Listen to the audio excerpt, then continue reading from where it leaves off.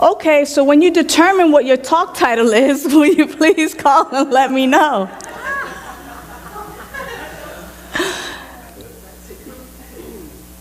And that's only because we know TBA in many circles to mean to be announced, or like TBD, to be determined. And so it is a joyful experience to have such a great team that they want to know. It's kind of like, okay, well, what is it? Well, as soon as you decide what it is, let us know so we can write it down, so we can have it in the bulletin, so we can, do our thing with it. And so when I explained to them that TBA is going to be an acronym for something this week, well, what is it? Can you tell me? Can you let me know ahead of time? It's TBA. You got to be there. And so welcome.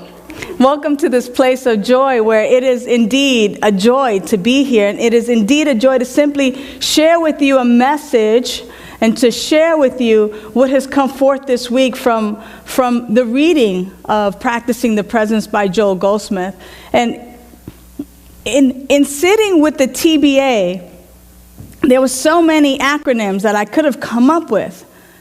And yet, the one that actually really kept coming strongly is truth being announced. Truth being announced. Because what I know is that Spirit is constantly broadcasting the truth. There is a broadcast that is happening now that when we tune into it, we can simply receive this broadcast. We can begin to know this truth. We can begin to experience it and live in, through, and as this particular truth. This broadcast is happening everywhere. No one is immune to it. No one is excluded from it. However, we must tune into it.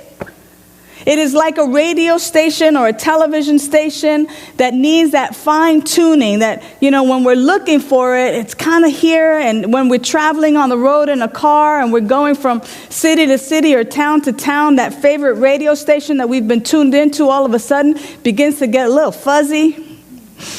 And it always happens for me when my favorite song is on and I'm jamming to it or something like that. And it's like, shh. And I try to tune in and try to see if I can find it by just simply tuning in a little bit on the dial, and it's gone. And so it is, not that it's ever gone, but Spirit is constantly broadcasting. And if we want to hear and be receptive, if we want to enjoy that truth that is constantly being broadcasted, then we get to tune in. Yet, what is it that we're tuning into? Are we listening to K-Jam Me Up?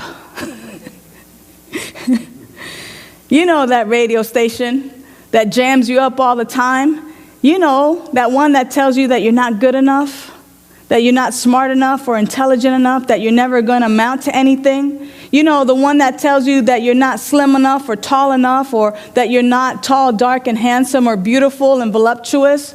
You know, the one that tells you that you need to get your hair straightened out or your teeth whitened, or you need to get something augmented here or there, or just kind of somewhere, somehow.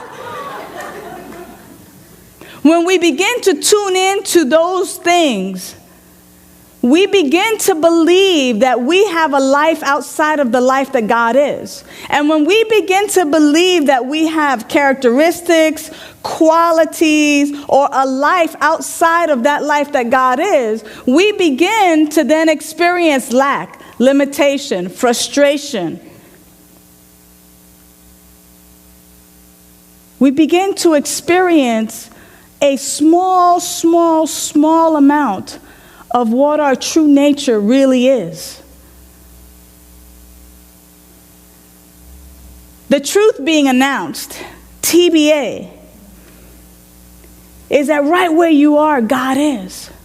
And when we tune into that, through our prayer, through our meditation, through our affirmation, through our study, through our contemplation work, we begin to really hear, see, and feel and know beyond the shadow of a doubt within us that this life right here, no other, this life right here is that life that God is.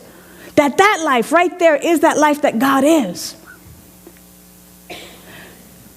And sometimes I think, it's just not fair. Because from the minute we're conceived and that doctor spanks our little bottom and we begin to cry, we begin to be taught, we're taught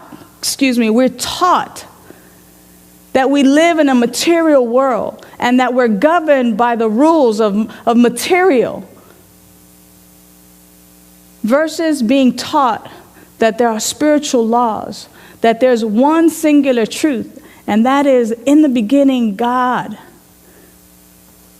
And that God created everything out of itself. I love the analogy that Joel Goldsmith talks about this week in the reading, where he simply says, take a look at a tumbler, a glass tumbler.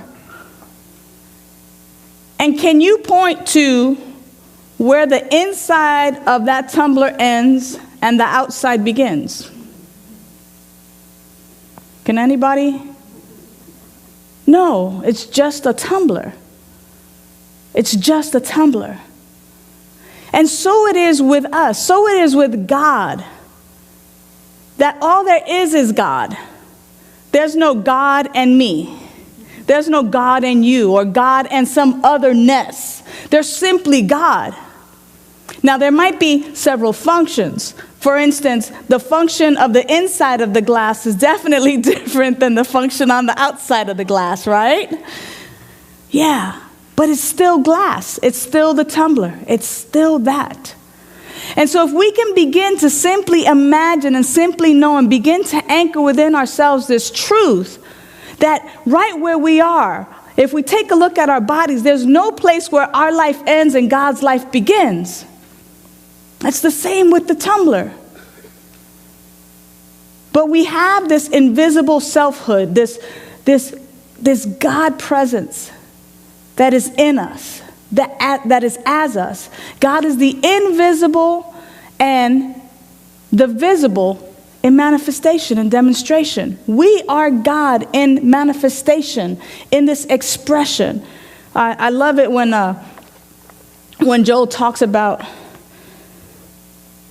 it here. He says, in the infinite nature of individual being, our true identity is consciousness, spirit, soul, and therefore we are not subject to the laws of matter. From the moment that we're conceived as human beings, we've been under the material and mental laws. We're governed by the laws of food, weather, climate, and space. Always as human beings, we're under some law, whether it's a natural law or a law of materia, medical, or theological. But see, these are just universal beliefs. Our true nature is spirit. And to the degree in which we begin to really anchor that week after week after week, to the degree in which we know this for ourselves, we begin to really live from this authentic place, from this grand place that is God. There is no otherness. He goes on to say,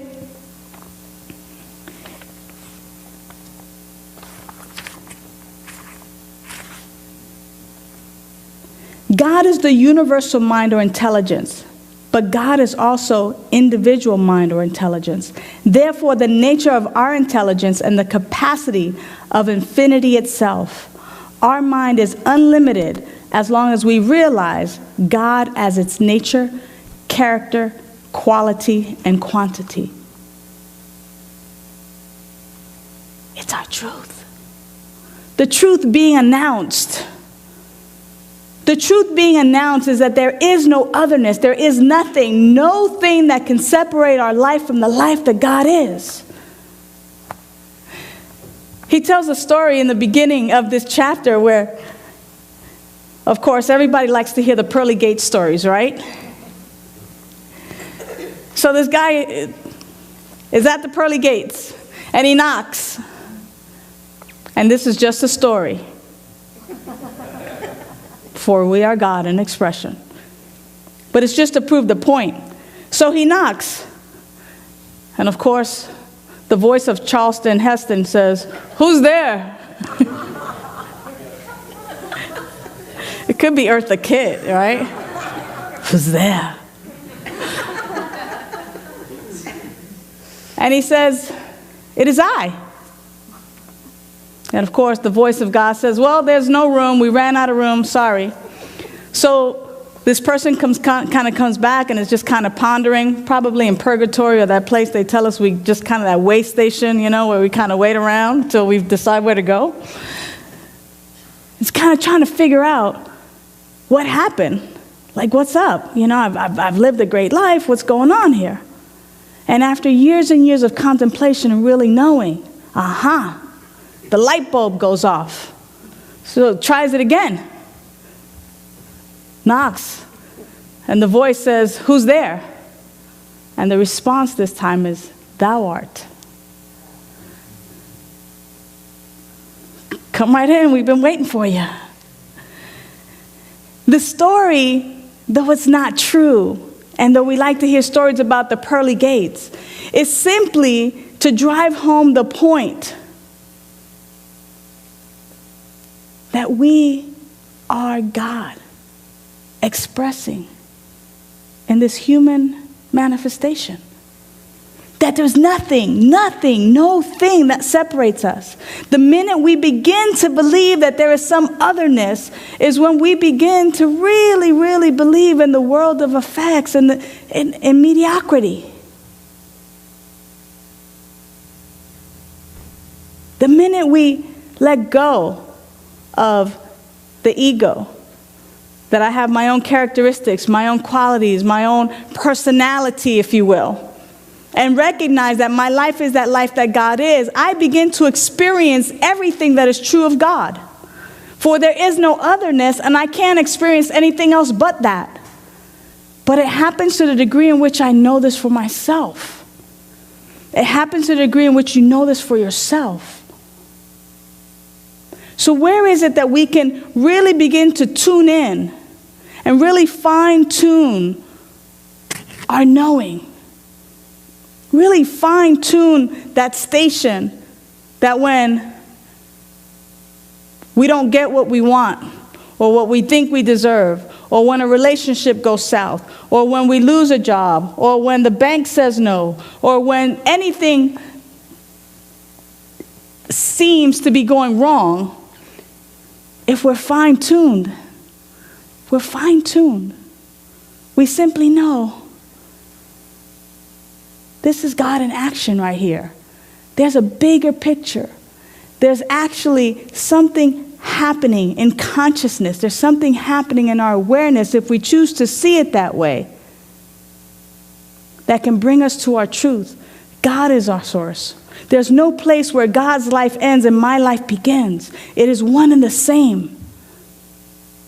And as we think something's being taken away from us or something is being denied, it's simply being made manifest in a bigger way when we begin to recognize this truth.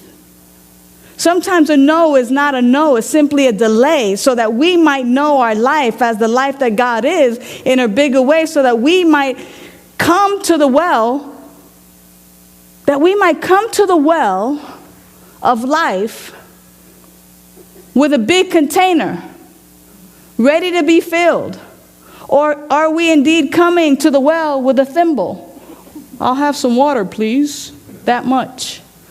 Is that how much good we want? Is that how much good we think God's life is? Or are we simply ready to tap into the truth being announced, that our life is that life that God is, that there's nothing, no thing that can separate us?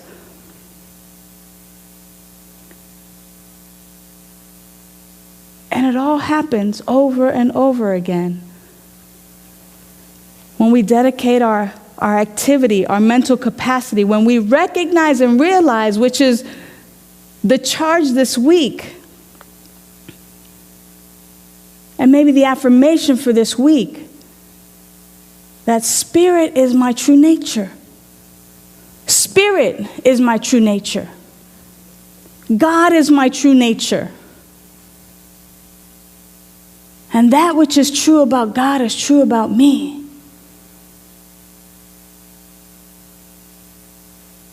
There is no otherness. Spirit is my nature. So I invite us now to simply begin to take that into our meditation time. To begin to clear our laps from anything that we have. And begin to simply breathe in. Spirit is my true nature. And breathe out, right where I am, God is. And as you gently begin to close your eyes, allow yourself to just scroll through your mind those qualities that you know God to be. Abundance, beauty, creativity, divine order, clarity, wholeness, joy, love, peace, power, oneness, unity. That is our nature. That is my nature. Spirit is my nature.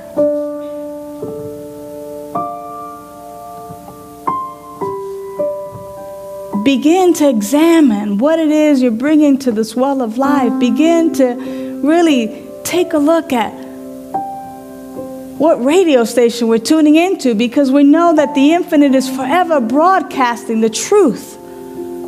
The truth is being announced, is being shown to us in every aspect of our life. And to the degree in which we accept this and we know this for ourselves, to that degree, we know that we are consciousness and that our life is that life that God is. That our life is love, beauty, divine creativity, joy, peace, love, abundance, wholeness, power, perfection. So we sit with that in the silence. Spirit is what I am. Spirit is all I'll ever be. We allow ourselves to deepen in this as we anchor this truth into our awareness and into the content of our consciousness.